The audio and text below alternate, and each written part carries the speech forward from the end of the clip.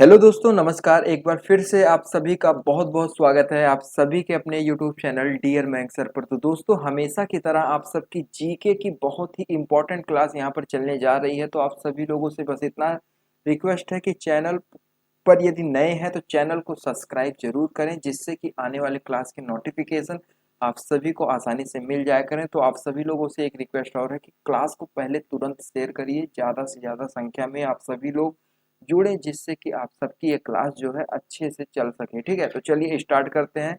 यहाँ पर जितने भी लोग यहाँ पर हैं सभी का बहुत बहुत धन्यवाद। आप सभी लोग क्लास को लाइक जरूर कर दीजिए। ठीक है, क्योंकि हर एक प्रश्न आपको बताना है, उसे बताने का प्रयास भी करना है, यदि नहीं आ रहा है तब भी। ठीक है, इससे आप सभी का रिवीजन भी अच्छे से होगा। ठीक है, और लाइक कर दीजिए सभी लोग, जितने भी लोग क्लास को देख रहे हैं। चलिए स्टार्ट करते हैं। यहाँ पर पहला प्रश्न आप सभी के सामने है कि सूर्य ग्रहण होता है जब सूर्य पृथ्वी और चंद्रमा के बीच आता है, या ऑप्शन नंबर आपका बी, चंद्रमा सूर्य और पृथ्वी के बीच आता है, पृथ्वी सूर्य और चंद्रमा के बीच होती है, या उपयुक्त में से कोई नहीं। बताइए दोस्तों। बहुत ही अच्छा प्रश्न है। चलिए यहाँ पर मैं आप सभी के लिए यहाँ पर पेन का यूज करता हूँ। चलिए स्टार्ट करते हैं यहाँ पे। तो देखिए, जब चंद्रमा सूर्य और पृथ्वी के बीच में आता है तो सूर्य ग्रहण होता है। क्या सूर्य ग्रहण कब होता है?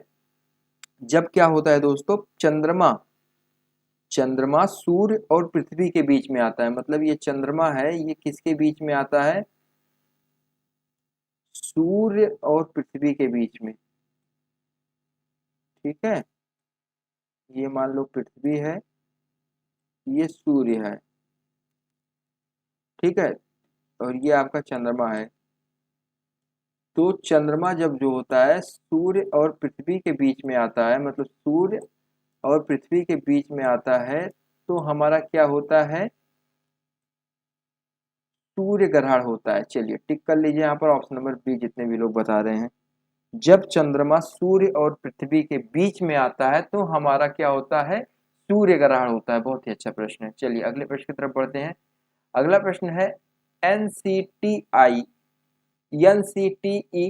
तो बताइए कि ये क्या है? National counselling for teacher education, national counselling of teacher education, या आपका national commission for teacher education, या उपयुक्त में से कोई नहीं। तो दोस्तों यहाँ पर देखिए, काफी लोगों ने यहाँ पर बताया है एनसीटीई का पूरा नाम national counselling for teacher education, मतलब कि राष्ट्रीय शिक्षक शिक्षा परिषद है। जी हाँ, ऑप्शन नंबर आपका पहला वाला यहाँ पर जितने भी लोगों ने बताया है। ठीक है, क्या? National counselling for teacher education. जी हाँ, बिल्कुल करेक्ट हो जाएंगे जितने भी लोगों ने ऑप्शन नंबर पहला बताया है। ठीक है, काउंसलिंग है, कमीशन मत ध्यान में दीजिए। ठीक है, counselling, national counselling for teacher education. चलिए अगले प्रश्न की तरफ बढ़ते हैं। जैनवाद के अनुसार कितने तीर्थकर हैं? जी हाँ, जैनवाद के अनुसार बात करें तो 24 तीर्थकर हैं। ठीक है, तो यहाँ पर टिक कर लीजिए। बहुत ही आसान प्रश्न आपके सामने है। 24 तीर्थकर हैं और 24वें तीर्थकर महावीर स्वामी थे, और इस धर्म में जो है अहिंसा को सर्वोच्च स्थान दिया गया है। ठीक है, और आपको पता होगा कि ऋषभ देव जो हैं ये प्रथम तथा पार्श्वनाथ 23वें तीर्थकर हैं। ये भी आप सभी को नोट कर लेना है। मेरी क्लास जब चला करे तो आप सभी लोग कॉपी और पेन साथ में रखिए, जो इंपॉर्टेंट पॉइंट मैं बताऊं उसे नोट करिए। ठीक है, चूना पत्थर परिकृत सॉरी चूना पत्थर परिष्कृतकरण के बाद परिवर्तित होता है मार्बल में, या आपका कार्डजाइट में, या ग्रेनाइट, या स्लेट। तो दोस्तों यहाँ पर बताने का प्रयास कीजिए। तो यहाँ पर आपको पता होना चाहिए कि मार्बल और संगमरमर जो होता है बहुत ही अ, अनमोल, मतलब मान सकते हैं अनमोल होता है, बहुत ही महंगी पत्थर की श्रेणी में आता है। तो मार्बल या संगमरमर की बात करें तो ये पत्थर एक कायांतरित शैल है। क्या है दोस्तों? कायांतरित शैल है, जो चूना पत्थर परिष्कृतकरण के बाद परिवर्तित होता है। तो यहाँ पर आपका जो राइट आंसर हो जाएगा क्या? मार्बल या संगमरमर। जी हाँ, ऑप्शन नंबर ए बिल्कुल करेक्ट हो जाएगा, जितने भी लोगों ने बताया है। चलिए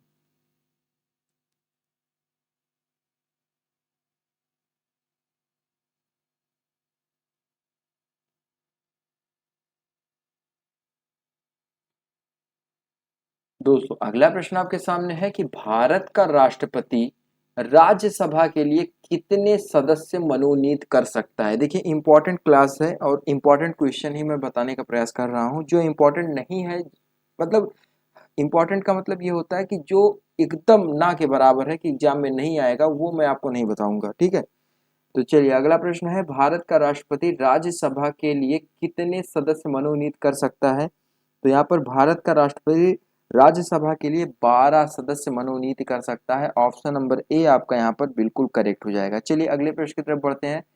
किस क्षेत्र में बुकर पुरस्कार जीता जाता है। तो दोस्तों मैन बुकर पुरस्कार, या तो हम कह सकते हैं बुकर पुरस्कार, ये कथा जो है साहित्य मतलब फिक्सिंग राइटिंग के क्षेत्र में जीता जाता है। ठीक है, तो यहाँ पर जितने भी लोगों ने बताया है फिक्शन राइटिंग, वो लोग यहाँ पर बिल्कुल करेक्ट हो जाएंगे। Option number A. चलिए चौथा खंभा संप्रत्यय संदर्भित करता है। बताइए क्या प्रदर्शित करता है। तो लोकतांत्रिक देशों में चौथा खंभा, जी हाँ, लोकतांत्रिक देशों में चौथा खंभा प्रेस को संदर्भित करता है। किसको? प्रेस को। चलिए अगले प्रश्न की तरफ बढ़ते हैं। भारतीय नेपोलियन किसे कहा जाता है। तो भारतीय नेपोलियन समुद्रगुप्त को कहा जाता है। यहाँ पर सी वाला बिल्कुल करेक्ट है। अगला प्रश्न है, शोभना गुटर प्रवर्तक है ख्याल एवं ध्रुपद, ठुमरी या ख्याल, या इनमें से कोई नहीं। तो दोस्तों यहाँ पर ऑप्शन नंबर आप सभी लोग टिक कर लीजिए। कौन सा? शोभना गुट्रू या शोभा गुट्रू भारतीय शास्त्रीय शैली से रिलेट करते हैं। ठीक है, तो यहाँ पर आपका क्या राइट हो जाएगा दोस्तों। ठीक है, बताने का प्रयास कीजिए। चलिए, जी हाँ, ठुमरी। ठुमरी काफी लोग यहाँ पर बता रहे हैं, तो बिल्कुल राइट है आप सभी लोग। अगला प्रश्न है, उगते हुए सूरज का देश किसे कहा जाता है। बहुत ही आसान है दोस्तों, मैं आपको बताना चाहूंगा कि यहाँ पर उगते हुए सूरज का देश जापान को कहा जाता है। इसका कारण यह है कि सूरज की किरणें दुनिया में सबसे पहले जापान में पड़ती हैं, तो इसीलिए हम क्या कहते हैं, उगते हुए सूरज का देश किसे कहते हैं, जापान को कहते हैं। ठीक है, इसका रीजन एक चीज और भी है, क्योंकि जापान जो है यहाँ पर अक्सर भूकंप आते रहते हैं, और इसी कारण मतलब वो क्या होता है कि भूकंप आने के 24 घंटा के बाद वो लोग फिर से अपने आप को तैयार कर लेते हैं अपना घर। जैसे उनका घर का मैन्युफैक्चरिंग इस तरीके से हुआ रहता है कि ऑटोमेटिक वो लोग 24 घंटे के अंदर अंदर सिस्टम से अपना फिर सब कुछ बना लेते हैं, तो एक रीजन ये भी है। चलिए अगला प्रश्न है, किस संविधान संशोधन के द्वारा मताधिकार की आयु को 21 वर्ष से घटाकर 18 वर्ष कर दिया गया। बहुत ही अच्छा प्रश्न है। तो 61वें संविधान संशोधन में ऐसा हुआ था और सन 1989 ईस्वी था। ठीक है, चलिए अगला प्रश्न है, विश्व शिक्षक दिवस कब मनाया जाता है। वैसे बात करें दोस्तों विश्व शिक्षक दिवस की, तो यहाँ पर आपका जो राइट आंसर हो जाएगा, ध्यान से देखिए इंपॉर्टेंट है।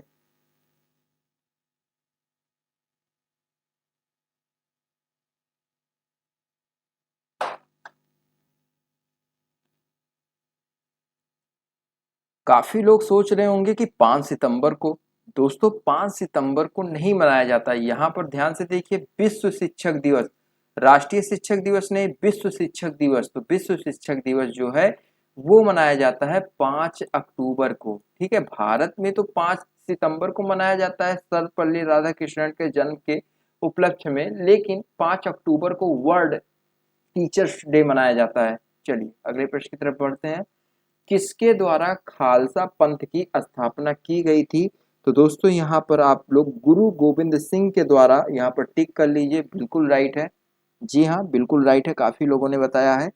देखिए मैं यदि किसी एक व्यक्ति का, एक स्टूडेंट का नाम लूंगा, तो इससे होगा क्या कि और सारे स्टूडेंट कहेंगे कि सर आप मेरा नाम नहीं ले रहे हैं। तो ये मैं नहीं चाहता। आप लोग कमेंट करते रहिए, मैं आपका कमेंट देखूंगा और उसके बाद आपको बताऊंगा, लेकिन नाम नहीं लूंगा।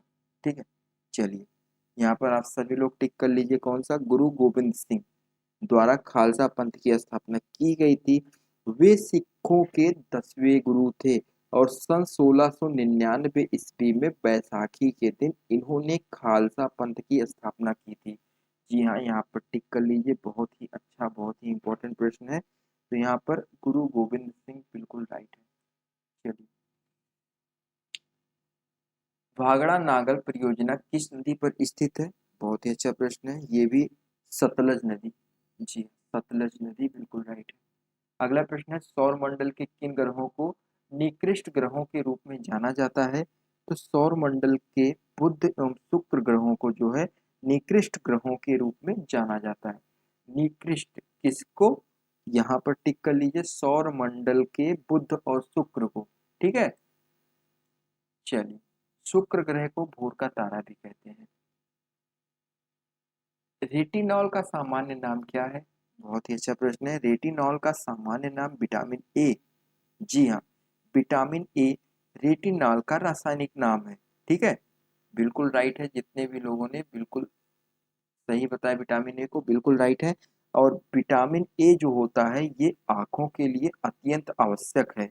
और बात करें दोस्तों, जैसे कि विटामिन ए की और शरीर में अंगों की क्या क्या फायदे होते हैं, जैसे नाखून हो गया, ये स्वस्थ रहते हैं, सुंदर दिखते हैं, त्वचा, बाल, ये सब विटामिन ए यदि आपका परफेक्ट है, आपके शरीर में विटामिन ए की कमी नहीं है, तो आपके नाखून, आपके बाल, आपके आँख, आपकी त्वचा, सब चीज एकदम बराबर वेल एक्यूरेट रहेगी। ठीक है, और विटामिन ए का जो स्रोत होता है वो आपको अधिक से अधिक मात्रा में दूध में मिलेगा। ठीक है, और उसके बाद बात करें दोस्तों मछली और गाजर, तो दोस्तों मैं तो मछली खाने के लिए आपको मना करूंगा। कोशिश करिए कि शाकाहारी भोजन करिए, उसमें ज़्यादा फायदे हैं। ठीक है, जहाँ एक तरफ नॉनवेज खाने के नुकसान है, ठीक है, फायदे हैं थोड़ा, लेकिन वहीं दूसरी तरफ नॉनवेज के काफ़ी सारे नुकसान हैं। ये अलग टॉपिक हो जा रहा है। चलिए बढ़ते हैं अगले प्रश्न की तरफ। अगला प्रश्न आपसे क्या पूछा जा रहा है कि पाक जल डमरू मध्य दो देशों को अलग करता है? बताइए। पाक जल डमरू मध्य भारत और पाकिस्तान को अलग करता है? जी हाँ, बिल्कुल राइट है, जितने भी लोगों ने बताया है।